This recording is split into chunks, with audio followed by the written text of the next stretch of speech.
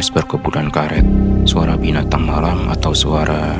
Wahyu itu cerita, itu bunyi apa gitu? Ah biasa pak, binatang malam kata gitu. Tapi karena Wahyu sebenarnya udah tahu itu suara apa gitu ya. Udah tahu pak, kita masuk aja lah, tidur aja udah malam. Oh ya udah, masuklah mereka ke rumah. Malam tuh jam 11 gitu lah. Masuk ke rumah dan ke kamar masing-masing, mencoba untuk tidur lah karena besoknya harus kerja lagi. Nah, sebelum tidur itu si Om Heri ini dengar suara itu lagi, Jar. Cerek, Pak. Ada suara itu lagi tuh. Nih, kalau Om Heri kan. Awalnya didengar di luar, tapi dekat, Jar. Di luar rumah, tapi dekat. Maksudnya nggak terlalu jauh dari rumah lah. Cerek, kok makin dekat. Kalau tadi di luar, gue dengernya jauh. Sekarang deket gitu ya. Makin lama makin deket, Jar. Sampai akhirnya Om Heri sadar lah.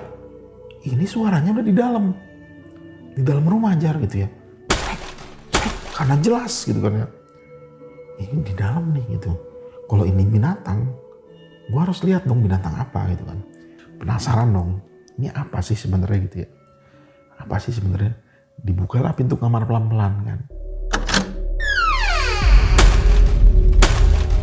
Ketika buka pintu pun kata Om Heri itu muncul lagi suara cerek.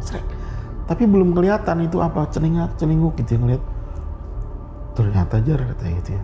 Kata Om Heri, ketika melihat ke sebelah kiri ada lemari kayu. Di lemari itu sebelahnya itu berdiri sosok pocong, Jar, di situ.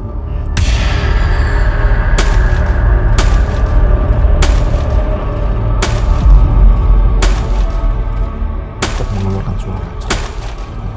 Awalnya terkesima kan, kaget. Nggak tahu harus buat apa gitu kan ya. Tiba-tiba ada pocong di hadapan gitu dan pocongnya bagaimana? Gede tinggi, Jar. Kalau menurut cerita Om Heri gede tinggi. Jadi manusia yang bentuk tinggi manusia normal tapi cukup tinggi lah, antara 170 sampai 180 lah gitu.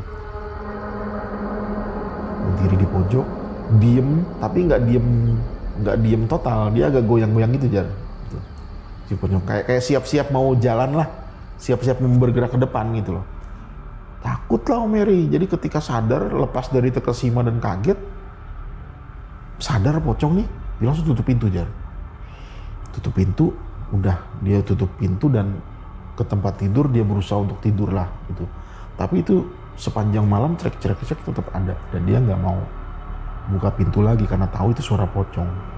Itu pertama kali Om Heri ngelihat pocong di rumah itu, di perkebunan itu.